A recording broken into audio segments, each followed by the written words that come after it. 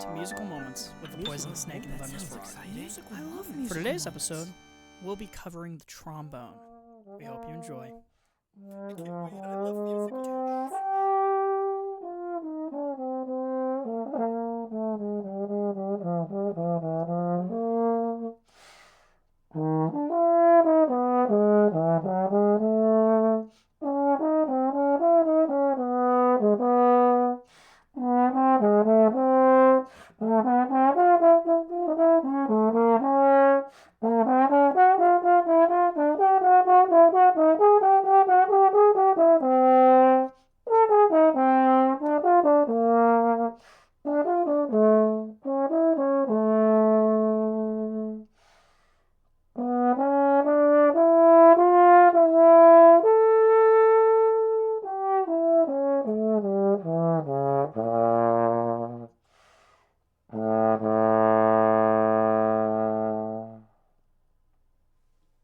Hello, my name's Graham, and I'm going to be talking about the trombone a little bit. The trombone is the first instrument I ever picked up, out of school at least. I played piano for like 4 or 5 years beforehand, but in school, this is the first instrument I played in 5th grade, and it's my main instrument now. I'm going to college with it for music ed. So, obviously, I have a deep, special place in my heart for the trombone. There's so many things about the trombone that people don't really appreciate because obviously it's a supportive instrument more than it is a, center of attention instrument. But there's so many things, the obvious thing that people say is, well, has a slide. None of the other ones have a slide, which yes, that's a big deal.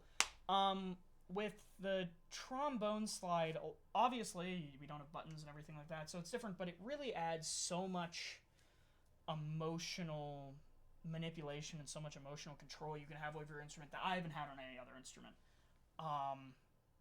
And similar into that, it's also the closest to the human voice and the human range. There's a couple of other instruments that are similar, but especially with the slide, you can get such a human tone and means of expression that really comes through well.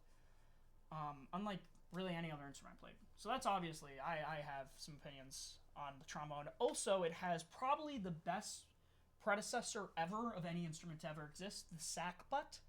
The sack butt, they were like, well, we figured out if we put a tube and then blow through the tube, if we make the tube longer, it's lower, and if we make it shorter, it's higher.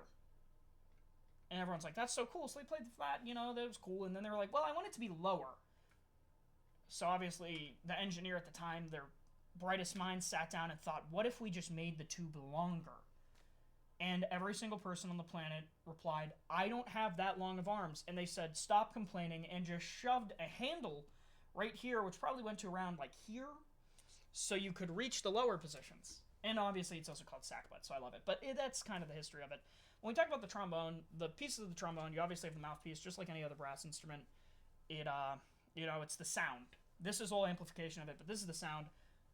Ask any brass player about their mouthpiece, and we'll argue about it for 30 minutes. I personally like a really deep mouthpiece. I also like gold. I just think I have more flexibility on it. I play an Alasky 60 Symphony. Great mouthpiece. As for the rest of the trombone, there's the bell where the sound comes out. There's the slide. A slide.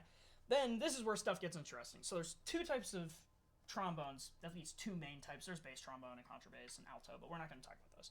There's a straight horn and an F attachment. So this is an F attachment. So you see this tube right here, which attaches to this lever. On a straight horn, that wouldn't be there. It would just be this, and there would be no lever here. Some of the differences that come with that is it has kind of a richer sound. Most of attachments also too, because they're more expensive and they have wider bells, but it does have a richer sound.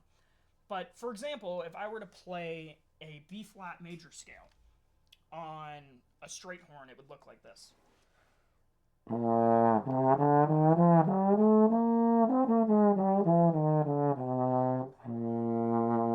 So it's not convenient to play at all with those out slide positions, especially too if I play like a B natural major, I'd have to reach all the way out.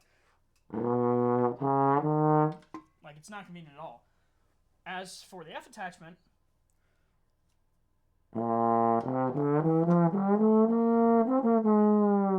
Right? You can do these far outside positions easily from here. Also, you can reach these ranges that aren't possible on a straight horn. For example, like none of those notes are possible on a straight horn. So it's cool. Very cool instrument. The only other thing I have to say about it is to trumpet players, this is the better version of a trumpet. That's why it was made. It's because the trumpets were always out of tune with their valves and all that. So they said, what if we make an instrument where you don't have valves so you can keep it in tune? Ironically, I'm almost always out of tune compared to the trumpets, but it was the thought that counted. So that's pretty much all for the trombones. So I'm going to play for you a nice melodic excerpt from my favorite trombone book, Roshu. So this is Roshu number 4.